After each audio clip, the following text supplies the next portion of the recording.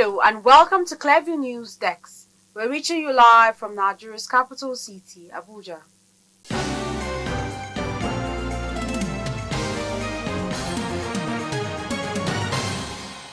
Nigerians call out Efcc over selective enforcement in naira abuse cases. I am not desperate to return to the office, says Fubara. Parents, candidates call for review of UTME result, threaten legal action against JAM.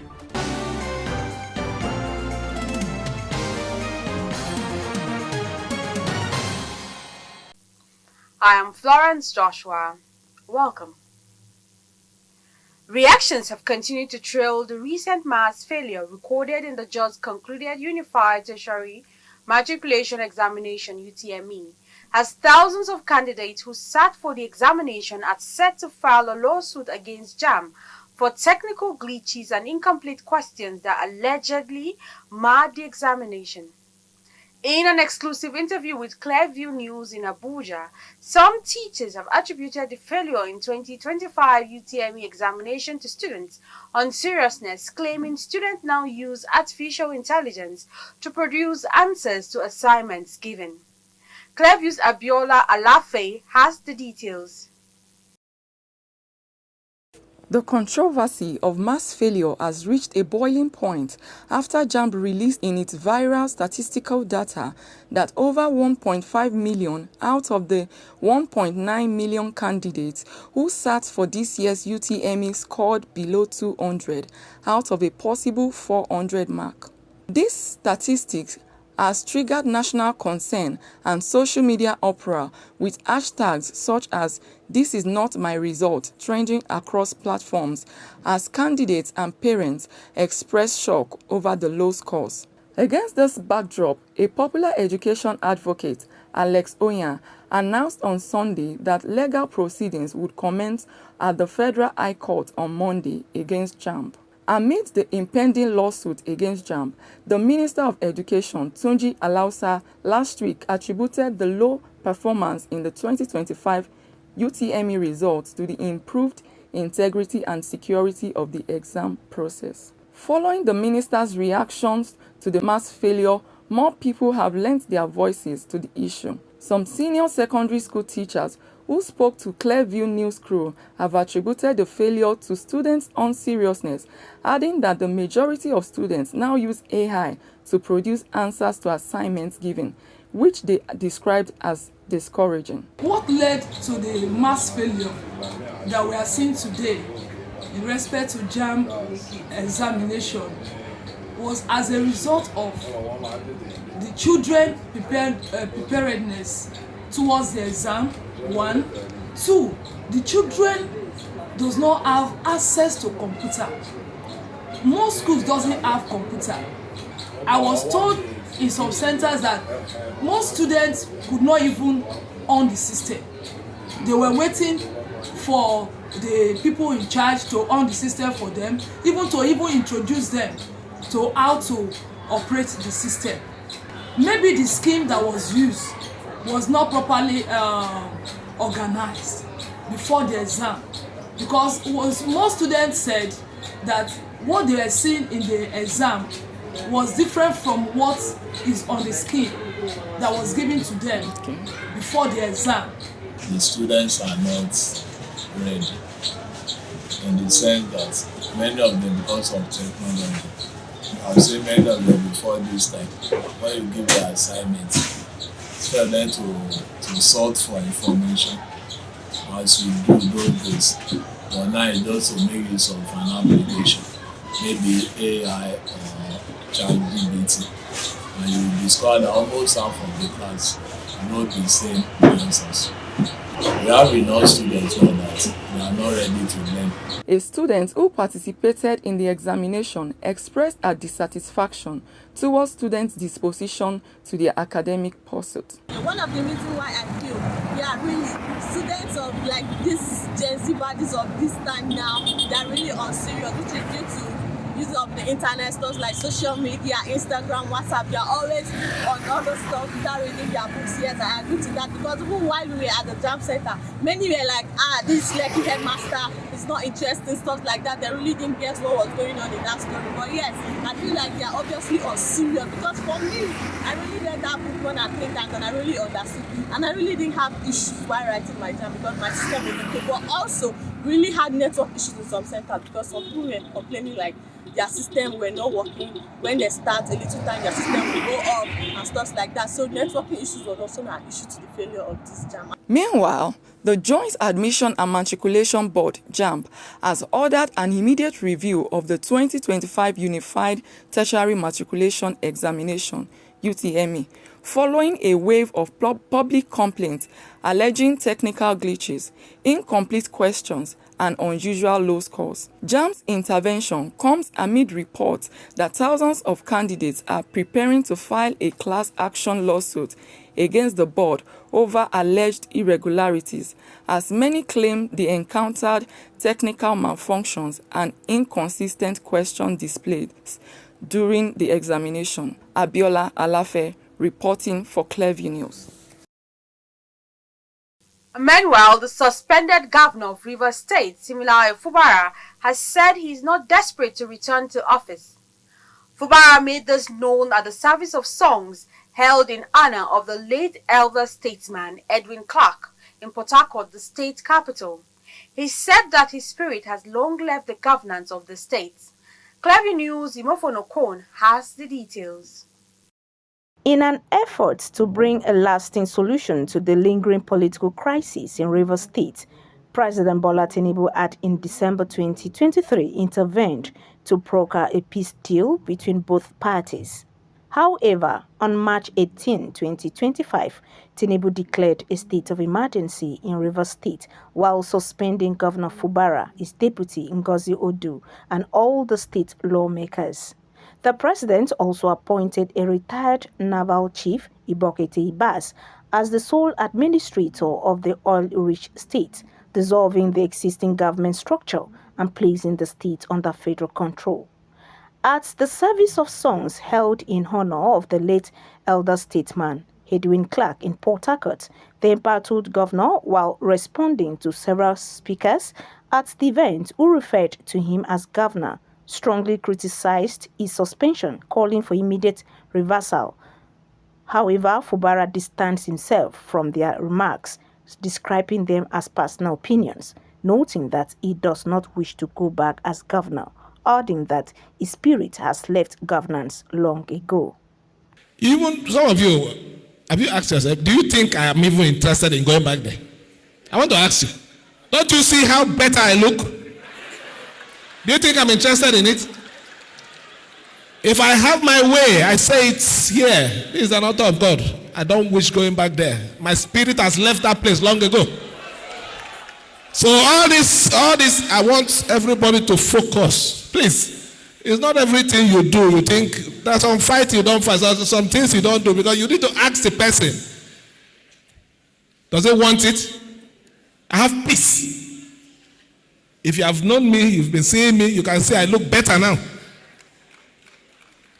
In as much as we have things that we need to do for our state, we know people have made sacrifice for us, and we, one way or the other, have to stand by them, does not mean that we should start firing without any targets. We need to be focused.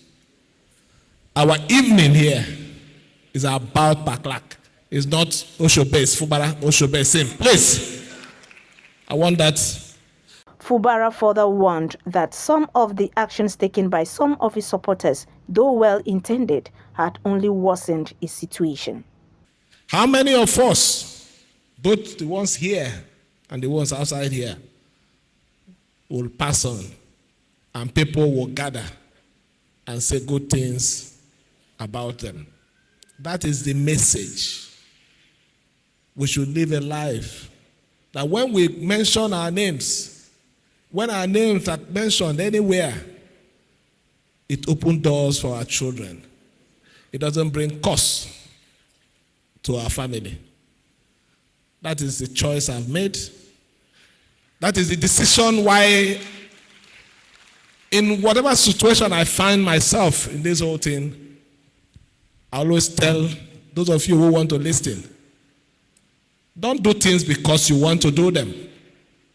Do the things I want. I am the one wearing the shoes. I know the solution to my problem. I know how to walk through my problem. There are some things you will do rather than bring peace for me. It spoils my peace process. It gives me problem. So I'm cautioning everybody here. I'm serious, and it's very important to say it here in the church so that it's not something I'm passing a message to anybody privately. Before you do anything that you claim you're doing for me, seek my consent. I said it before. Do you even know what I'm interested in this? My spirit has left this place. I'm already, my body parts, I have it already, but not I'm going to die now. I'm not going to die now. The reason is not that I'm too young to die or too old to die. I have a wife and I have kids that I need to bring up. They need me now more than ever. So when I finish that work and also finish the work of humanity, the aircraft can land. I will board gallantly. Rivers State has been at the center of a deepening political feud between Fubara and his predecessor, Nyesom Wike, who is the Minister of the Federal Capital Territory. Imefon Okon, reporting for Clever News. Nigeria's former First Lady, Patience Jonathan, has ruled out the possibility of her husband joining the 2027 presidential race to contest against President Bola Tinubu. The former First Lady said rather than contest, her family would campaign for Tinubu's re-election because Tinubu and his wife Oluremi supported Jonathan's 2011 presidential bid. Patient, whose husband left office in 2015 after being defeated by ex-President Muhammadu Buhari, spoke over the weekend during the Women Icon Leader of the Year award organized by Accolade Dynamics Limited in Abuja. Since leaving office in 2015, there have been calls on Jonathan to return to the presidency every election cycle. The People's Democratic Party Governors Forum and former governors have named ex-Senate President Bukola Saraki as the head of a 7-member reconciliation committee. Announcing this to journalists after a key meeting this Monday in Abuja, Chairman of the PDP Governors Forum and Bauchi State Governor Bala Mohammed said the committee has been mandated to engage party members to foster unity ahead of the party's National Executive Committee meeting scheduled to hold on May 27 and its National Elective Convention scheduled for August. Since the 2023 elections, the PDP has been plagued by internal strife and conflict from a fallout between Governor Sim Fubara and former Governor Nyesom Wike in Rivers State, along with the leadership disputes in the South-South zone and the unresolved vacancy of the National Secretary since December 2024. Mohammed confirmed that the gathering of current and former governor was conveyed to address and find solutions to some of these ongoing issues. The Economic and Financial Crimes Commission, EFCC, is facing a backlash from Nigerians over its handling of a recent viral video which allegedly showed the popular businessman Tompolo involved in naira abuse. While many are demanding the EFCC's immediate action to address the allegations, others are accusing the agency of selective enforcement. They pointed out similar cases involving other celebrities who have been prosecuted, which raises the question if Tompolo will face similar consequences. The report.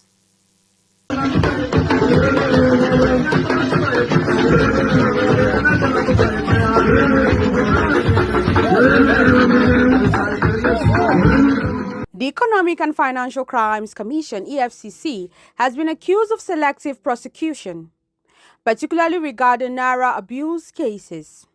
Recall that recently, popular cross-dresser Idris Okunaya, otherwise known as Bob Risky, had served a 6-month jail term over Naira abuse, while another individual, son of the Okoyas, was seen abusing the Naira in a viral video without facing arrest. This disparity has sparked outrage on social media, with many Nigerians accusing the Efcc of unfair treatment, which has been described as a selective enforcement at its peak. What about cases like the Okoya's son who abused Naira? While the disparity, one Nigeria tweeted, "If you want to arrest people that abuse Naira, go and arrest that Okoye's son. You don't go better for you." The public outcry highlights concern about the EFCC's consistency in enforcing the law, with many calling for equal treatment regardless of social status or connections. EFCC are the most corrupt people. Like I said, 70% of them are corrupt. When they are ready to let me prove it, I'll prove it to them. They should come and say, "Be a very dark man, defame EFCC, let's go to court, let us go." And we prove it that 90% of you are corrupt. And celebrities, be watchful as they go. One are not going to spray money. If they don't pass them as law, no problem. I'm not going to tell you to break the laws. There's naira mutilation laws, no problem. But the pattern at which you are using a pattern to follow it. And celebrities are the target. Economic and Financial Crime Commission, when I don't follow politicians, governor thief money, they don't leave them. Okowa now own, still there. Nobody they talk. You don't join APC now. Not his talk. You don't go carry money. Tomorrow now, who you go carry?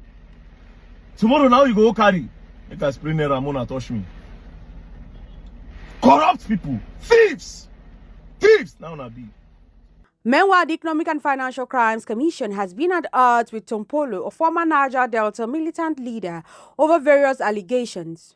The FCC called out Tompolo over his alleged involvement in Naira abuse, stating that he will be questioned regarding the matter. As a former militant leader who surrendered during the Yaradua's administration amnesty program, Tompolo has been involved in several high-profile security dealings, including securing the oil pipelines against vandals for the federal government. The FCC latest statement suggests that Tompolo will be held accountable for his actions, particularly regarding the alleged Naira abuse. The FCC stand on the matter is part of a broader effort to enforce laws and regulations related to financial crimes and currency abuse in Nigeria. The National Drug Law Enforcement Agency, NDLEA, said its operatives thwarted what it described as a desperate attempt by a woman to export large consignments of cocaine to Iran at the Port Harcourt International Airport in Rivers State. In a statement by the NDLEA spokesperson Femi Babafemi, made available to Clearview News, email from Okon over the weekend, the agency said the consignments were concealed in the private part, stomach and false bottom of the handbag of the suspect, identified as Miracle Obehi. The report.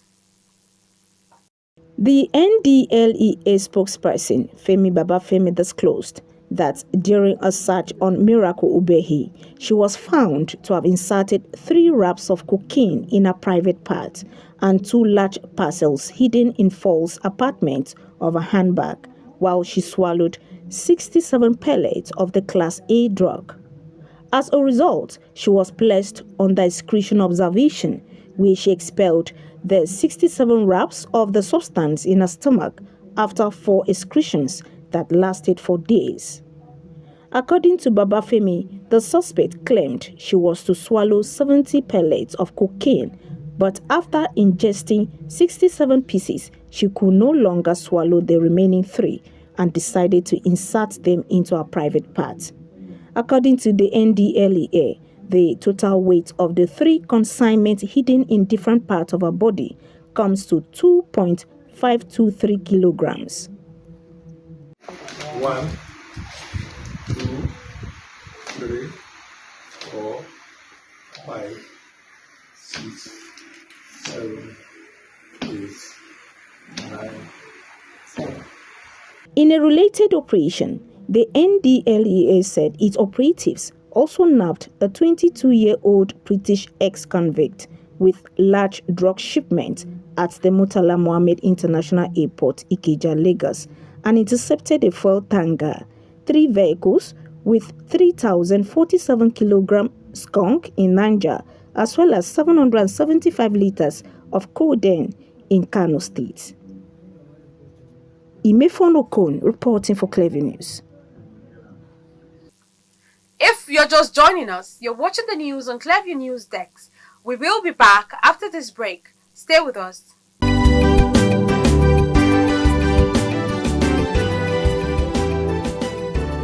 No one, after lighting a lamp, puts it under a bushel. This is therefore a call to individuals, organizations, embassies, political office holders, and more to inform the world about their activities and achievements through documentaries. Here at Clearview, we parade the masters in the business of producing world-class documentaries. Show your stuff to the world by first contacting us through telephone number 0704 244 1177 or email us at clearviewnewsroom@gmail.com. Watch Clearview News at 7 p.m. daily, Monday to Friday on MITV, channel 255, DSTV, and on our YouTube and Facebook pages. Clearview News Desk. We clear the view, one time and for all time. Welcome back. 78 of the 150 young Nigerian women trafficked to Cote d'Ivoire for sex slavery at the early hours of Sunday arrived in Lagos. Their return home abroad Air Peace flight was scheduled for 3:30 p.m. on Saturday, but that didn't happen until past 11 p.m. following some diplomatic issues with the Ivorian authorities in Abidjan. Those who returned comprised 75 females between the ages of 13 and 30, 3 babies and 2 adult males, with the majority of them looking malnourished and battered, indicative of the horror they had been through. About 4 of them, mostly the underage ones, were pregnant, just as Air Peace pledged to foot the medical bills of all 150 victims at the Duchess Hospital in Ikeja. On the ground to receive the victims were the Director General, National Agency for Prohibition of Trafficking in Persons, NAPTIP, Binta Adamu Bello, the Chief Executive Officer, Air Peace, Alien Oyema, social media activist Martins Otshe alias Very Dark Man. The president of the Nigerian community in Cote d'Ivoire, Michael Emeka, said, representative from the Ministry of Foreign Affairs, Ambassador Regina Ocheni, addressing reporters at 12:20 a.m. at the arrival session of the new Murtala Mohammed Airport. NAPTI's DG said all available means and strategies would be deployed to ensure the arrest and prosecution of those behind the atrocious crime. She said 2 of the major masterminds had been apprehended in a mansion in Abuja, with 2 victims rescued from them, adding that the agency was already working with relevant partners to arrest others involved in the crime. She commended Air Peace for flying the victims back free of charge and also undertaking to foot their medical expenses, praising all NAPTIP's partners for their patriotic contribution towards ensuring the successful return of the victims. The leader of the UK Conservative Party, Kemi Badenoch, has called on Prime Minister Keir Starmer's Labour's government to adopt the Conservative proposed deportation bill as a measure to reduce immigration. In a video shared on her X account over the weekend, Kemi Badenoch issued a stark warning about rising immigration levels, claiming that without urgent action, approximately 2 million immigrants could gain British citizenship by next year. Let's join Clevis Gloria Atta for details. The UK's immigration debate is heating up once again, with Conservative Party leader Kemi Badenoch taking centre stage. Since assuming leadership in November 2024, Badenoch has made immigration a cornerstone of her agenda, admitting past Conservative governments got it wrong on migration. Her latest policy proposals aim to tighten rules and rebuild public trust after years of record-high net migration, which peaked at 906,000 in June 2023. The proposals come as part of a broader debate around the Labour government's border security, asylum and immigration bill. From next year, 2 million immigrants could automatically claim British citizenship. 2 million people. That's nearly twice the population of Birmingham. That's massive. We've introduced a deportation bill because we're committed to bringing immigration down. Back in February, we demanded Labour triple the time for new immigrants to get a British passport. They voted it down. And now they've brought in some half-assed version that's not going to work. Here's what will work.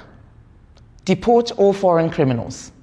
Mandatory age checks. No more pretending to be kids. Tougher visa rules and salary thresholds. Disapply the Human Rights Act to immigration cases. No more abusing human rights laws to dodge deportations. Make asylum support repayable. And no permanent right to stay in the UK if you've relied on benefits. Until that's law, we won't fix this. Labour should adopt it now. It's time to get tough. That's what the Conservatives' deportation bill delivers. And we're going to go further. Our country is a home, not a hotel. And if we don't defend it, no one else will.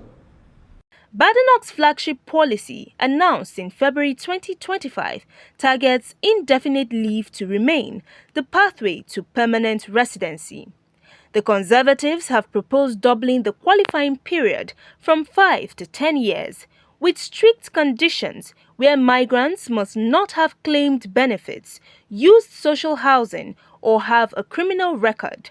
They are also expected to prove their household is a net contributor to the economy, paying more in taxes than they consume in services. These proposals come as the Labour government's border security, asylum and immigration bill is debated in Parliament.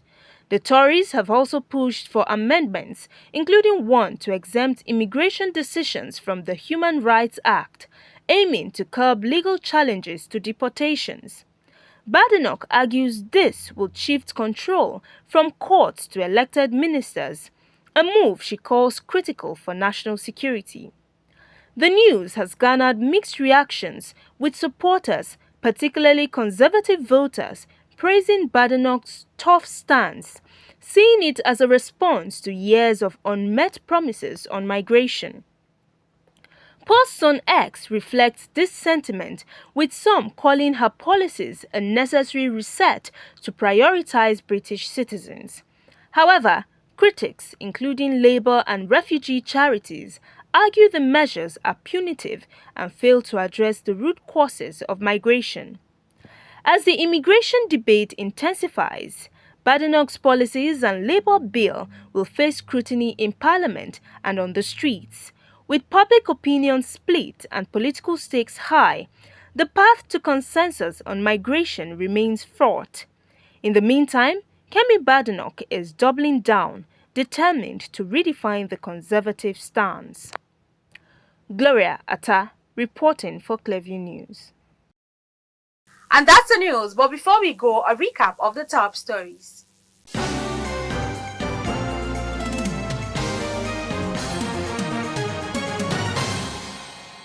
The Economic and Financial Crimes Commission is facing a backlash from Nigerians over its handling of a recent viral video which allegedly showed popular businessman Tompolo involved in naira abuse.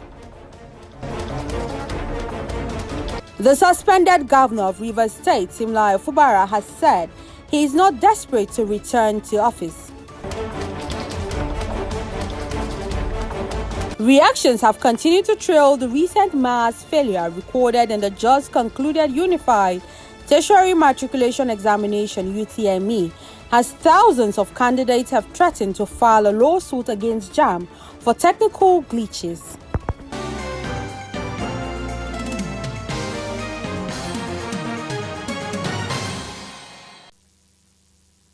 You can follow up on latest events and happenings around you via social media platforms on Facebook, Instagram and YouTube at Clearview News Dex, or via handle on X, formerly known as Twitter at Clearview Online.